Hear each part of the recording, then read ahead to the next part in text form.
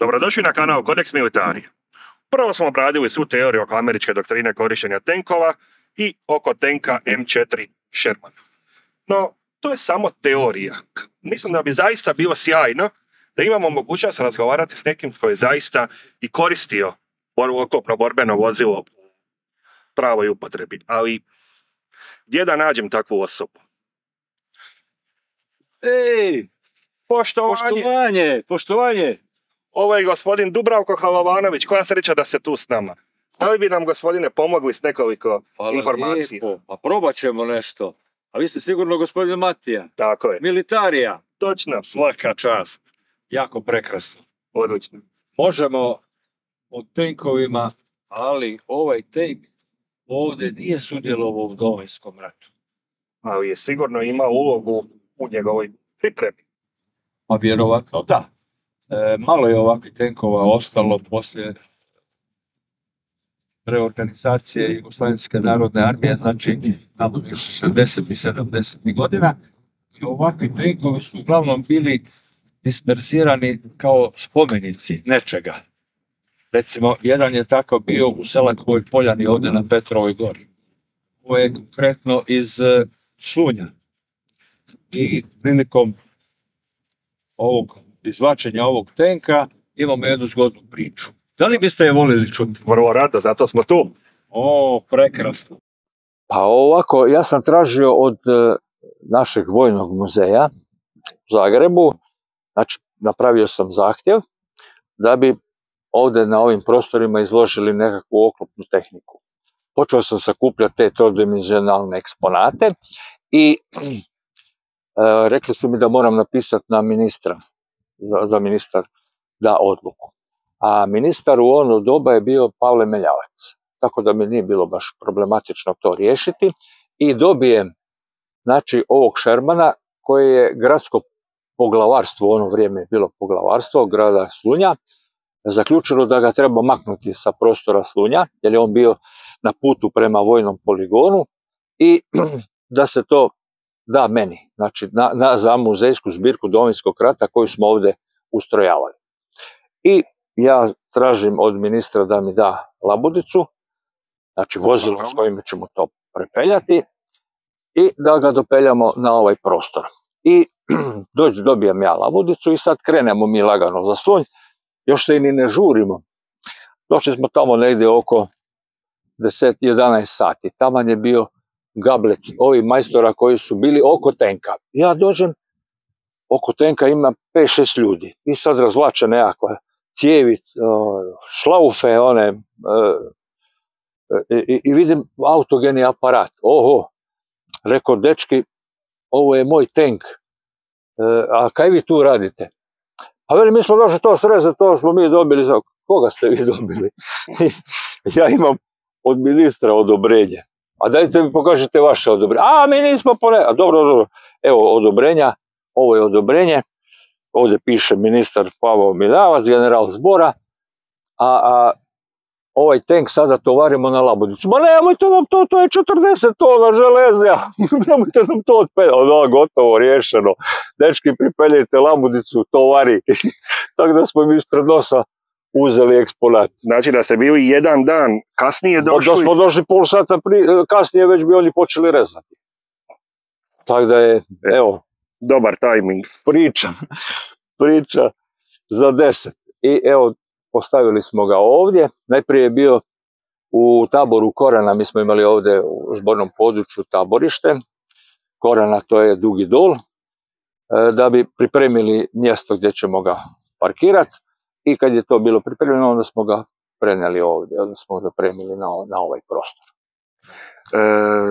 Koliko ja znam, Jugoslavija je dobila od SAD-a oko 650 ovakvih tenkova u razdoblju do 60-ih. Tako je, to je bila pomoć, da.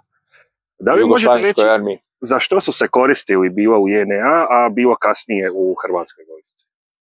Pa ja kao mali se sjećam ovdje, ova kasarna koja je bila u logorištu je imala par komada tih tenkova, očito su oni bili u naoružanju, onda je počela modernizacija sa ovim T-55, tako da je on i služio jedno vrijeme svrsi, znači bio na naoružanju Jugoslavenske armije kao oklopne snage u to doba. Sad koja je to bila veličina i koja organizacija ne bi znao, u to doba još nisam.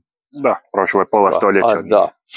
Ali sigurno su imali svoju ulogu ako nakon umirovljenja iz aktivnih vojnih snaga, možda u treningu posada ili na poligonima. Pa jedan je tank dovučen, tu je bio poligon iza ove vojarne, odnosno ondašnje kasarne, gdje su se vojnici vježbali u gađanju protuoklopnim sredstavima. Znači, ručni bacač, bestežarni top, trombloni, tu je bio jedan. Jedan je bio u Selakovoj poljani na Petrovoj gori, tamo je bio proboj obruča 1942. godine sa tog prostora, tako da je on simbolizirao, znači, taj proboj. I taj i Slunja, znači 3 komada su bila na ovom prostoru ovdje, ali to je bilo posle 60. godina. Ovaj poligon je otvoren neki tamo 71. druge, nakon manevra Sloboda 71, je otvoren taj poligon tu, znači on je dovežen kao statični cilj za gađanje protuoklopnim sredstvima. Da, i koliko znamo, Sherman nije vojno korišten u Domovinskom ratu. Ne, koliko ja znam, isto nije bio u uporabi nigdje. Ne. A to su već izbačene sredstva 60. godina, on bio demo D. Rezervni dijelovi se nisu proizvodili, bilo je vjerojatno teško doći do vjerovatno, da. A i drugi tenkovi poput čak i T-34 s tog doga su ga potencijalno i nadmašili. Pa s obzirom da je u ono doba Jugoslavija više surađivala sa Sovjetskim savezom, očito je i ti dijelovi su bili mogući dopremiti lakše iz Sovjetskog saveza, tako da su se 34. zadržale. Mi smo ovdje u ovoj kasarni baš imali za 35. partizansku diviziju jedan oklopni bataljon koji je dopremljen iz Pivke 90. godine, baš za tu diviziju kao oklopni bataljon u tipu T-34. I 9 tih tenkova je bilo uključeno u kolonu koja je vršila proboj iz ove vojarne u logorištu, tako da je neki 4 komada je bilo spaljeno, znači u proboju. I 9 ih je ostalo, uglavnom tako oni navode, znači 9 tenkova i 30 ovi T-55 su oni izvukli kao tenkovski bataljon za 21. korpus kasnije. Da, bilo bi bolje da nisu, ali eto. Dobro je. Učinilo se što se moglo. Tako je, nešto je ostalo nama. Od tih tenkova, znači mi smo formirali ovdje bojnu, jer je u vojarni ostalo 4 tenka T-55, onda ovi koji su ostali po terenu, koji su se pokvarili ili su bili oštećeni, sakupljena je jedna prilična količina i dobili smo nešto od Zagreba, od glavnog stožera, tako da je na ovom prostoru bilo 30 tenkova ukupno za tu bojnu koju smo imali. Znači ona je u 4. operativnoj zoni, djelovala je oklopna bojna iz 4. operativne zone Karlovac na ovim prostorima. Odlično. Pitaću vas još kasnije nekoliko pitanja o T-55, ali da ostanemo u dobu Drugog svjetskog rata, zanima me možda iduće vozilo koje ovdje imamo. M36. Jackson. Hoćemo se prošetati. Možemo do Jacksona. I dakle, dolazimo do samohodnog topa M36 Jackson, koji je, ako se ne varam, ipak imao malo aktivniju ulogu u Domovinskom ratu. Njih je bilo dosta u naoružanju Hrvatske vojske i ovdje mi u zbornom području, odnosno operativnoj zoni, a poslije zbornom području 93. imali smo u naoružanju jedan divizion, mi smo to zvali divizion u 14. domobranskoj pukovniji, znači to je Slunjska pukovnija, i u 110. brigadi su bila 2 ovaka, a tamo su bila 4. I oni su iznijeli u operaciji Oluja jedan svoj dio, znači slavne epopeje ovoga prostora kad smo oslobađali ovaj prostor. Te 4 samohodke u 14. domobranskoj pukovniji bile su na prostoru Ogulinskom, jer smo mi u operaciji Oluja zborno područje nakon prvog dana borbi podijelili u 2 dijela. Imali smo Ogulinsku bojišnicu i Karlovačku bojišnicu. Karlovačka bojišnica je imala zadaću vezivanja snaga, a Ogulinska je imala zadaću proboja, tako da je i oslobođen Slunj, znači 6. kolovoza, upravo zahvaljujući i tim samohodkama koje su bile u prvim borbenim redovima. Te samohodke imaju to po 90 mm, vjerojatno su s njime već bile prilično učinkovite u toj ulozi podrške. Jesu, tako je, da. A mogu se, ako se ne varam, koristiti indirektno. Morali su neposredno i posredno gađati, tako je, da. I one su izvršile tako svoj zadatak u tijeku operacije Oluja. U vremenu prije operacije Oluja imali smo dosta problema jer smo ih sakrivali. Morali smo i ispred UNPROFOR-a sakrivati da se ne bi otkrilo da to imamo u nekakvom, ajmo reći, prvom borbenom ešalonu. Tako da te samohodke su se stalno premještale, nikada nisu bile na jednom mjestu. A i po Zagrebačkom sporazumu morali smo izvući ovakva sredstva oklopna na 20 km od crte bojišnice, a mi ovdje nemamo 20 km, tako da je bilo dosta zanimljivo rješavati te probleme u tijeku priprema za Oluju. Tako je, mi smo samo 16 km od slovenske granice. Tako je, 16 km na stranu Slovenije i 44 do Velike Kladuše, to je 60 km prostora Karlovačkog koji je u najužem dijelu Republike Hrvatske. A ovdje u ovim našim prostorima bilo je 20 vojnih objekata koji su 1991. godine svi bili zaposjednuti. Tako da je to bilo ovako vrlo interesantno rješavati problematiku iseljavanja vojske i rješavati problematiku crte bojišnice, s obzirom da je većina tih vojarni bila zaposjednuta, tako da je Karlovac bio u početku Domovinskog rata okupirani grad do 10. mjeseca, do kraja 10. mjeseca 1991. kad je počelo to iseljavanje vojske po opet sporazumu sa Rašetom i našim glavnim stožerom. Da li imate nekakve povratne informacije što su posade mislile o Jacksonu u odnosu na možda modernija vozila koja su se također koristila? Ovo je puno značilo za nas bez obzira kako je izgledalo.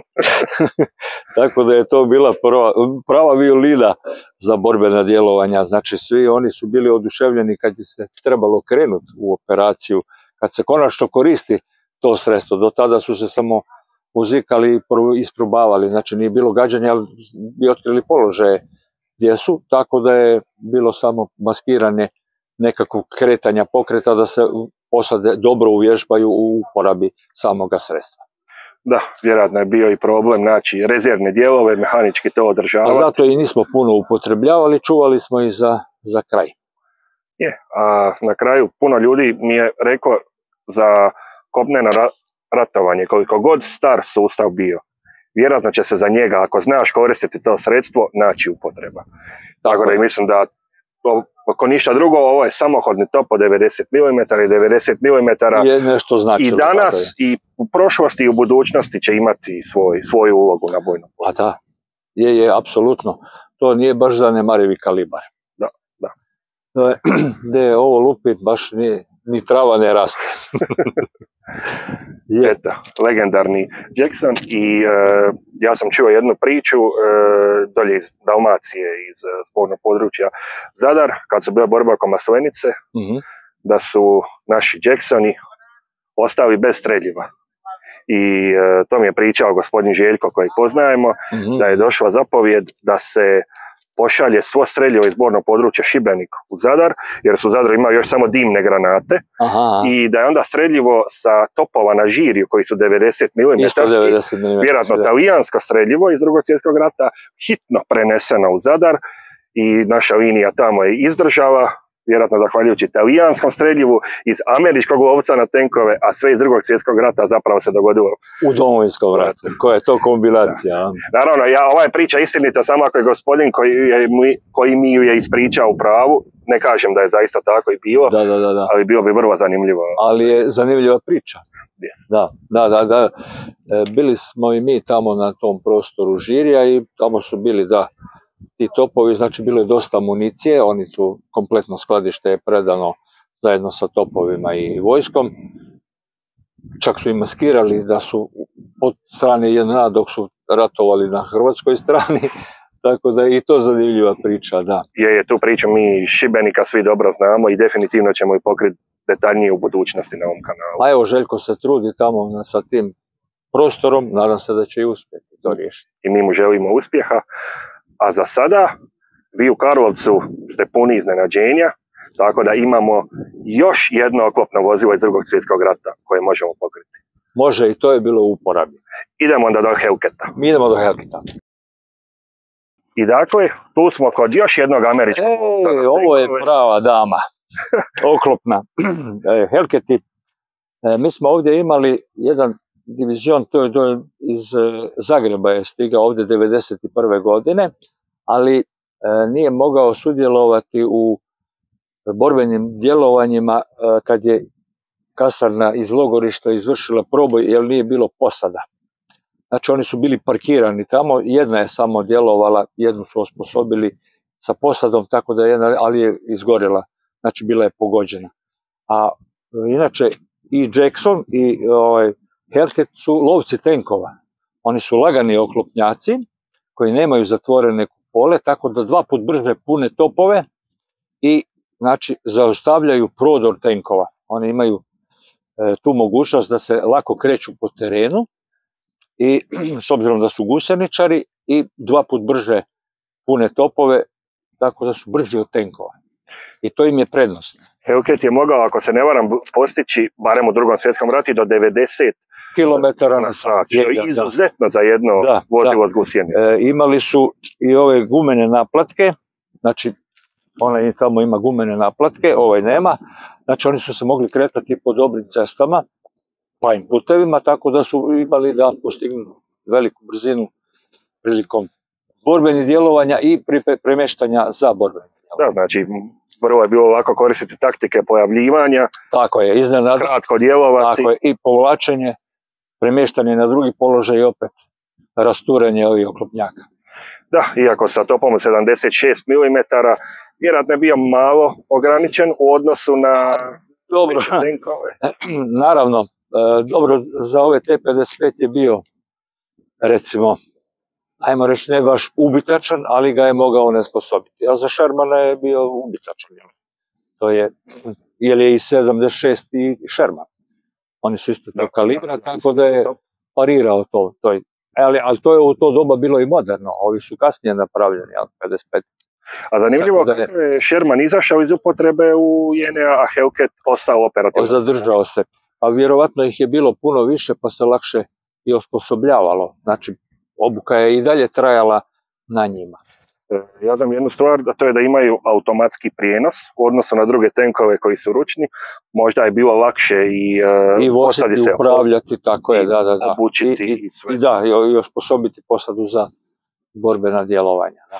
I ako se ne varam, on je također mogao indirektno djelovati, ali mislim da bi ipak primarna namjena bila malo direktnija nego kod. On je baš gađao utvrđene točke i oklopne ciljeve.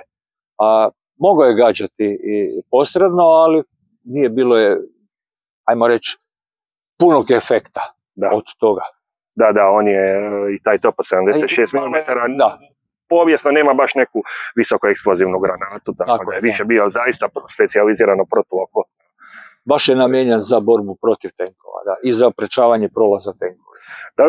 Da li možda imate neku predodžbu koliko ih je bilo u Domovinskom ratu, ovo što znate? Mi smo ovdje imali, znači, 4 komada koje su bile baš na prostoru ovog našeg prostora. Zapravo bilo ih 6 pa 5, pa onda i ta druga je, 5. je izvučena, tako da su ostale 4 i oni su bili isto tako u sastavu ovog našeg prostora negdje do 93. Onda smo ih morali predati u glavnom stožeru, a kamo su oni dalje s njima, ne znam. Nije ih bilo više na ovim prostorima. Znači u 95. nismo imali ovo. No dobro, od Njemačke 44. i 5. do Domovinskog rata odradili su svoje. Pa jesu. Dali su svoj obol i u našoj borbi, da, tako je. Za osamostaljenje. I samo me zanima vaše mišljenje, spomenuli se da se ovo lovci na tenkove sa otvorenim kupolama, što ima prednosti u pogledu i osmatranja i bržeg punjenja zbog više prostora. Da. Ali kad pada kiša, nije baš idealno mjesto. Cerada je bila, znači, pokrovna za ove oklopnjake, tako da je, ajmo reći, štitila malo te posade. Uglavnom su oni morali stajati u nekakvim zatvorenim, natkrivenim prostorima, da ne bi se punili vodom, inače se napuni vodom. Sigurno. I to je dobro i za kamufliranje. Pa je, Je. I da li znate da li su oni Jackson koristili ove strojnice na vrhu kupove, da li su bile montirane tijekom rata? Pamovi, ali 7-9 mm. Znači oni su imali, Jackson je imao 12-7 pama, protavionski mitraljez, a ovo je imao, znači, za potporu pješaštva, odnosno za svoju obranu 9 mm, odnosno 7-9 mm. Da. Odlično. To je bilo to što se mojih pitanja tiče. Ja vam jako zahvaljujem. Hvala vama. Baš mi je bila čast sudjelovati u vašoj emisiji. Nadam se da će nam se javiti naši branitelji, ma gdje bili, sa svojim komentarima. Imamo dosta komentara na svim sličnim videima, pa sam siguran da hoće. A gospodin Dubravko će se vratiti za još pokoji video na našem kanalu, zato se ne zaboravite pretplatiti da ne propustite njegovo gostovanje i u tim budućim videima. Nadam se da se uskoro opet vidimo.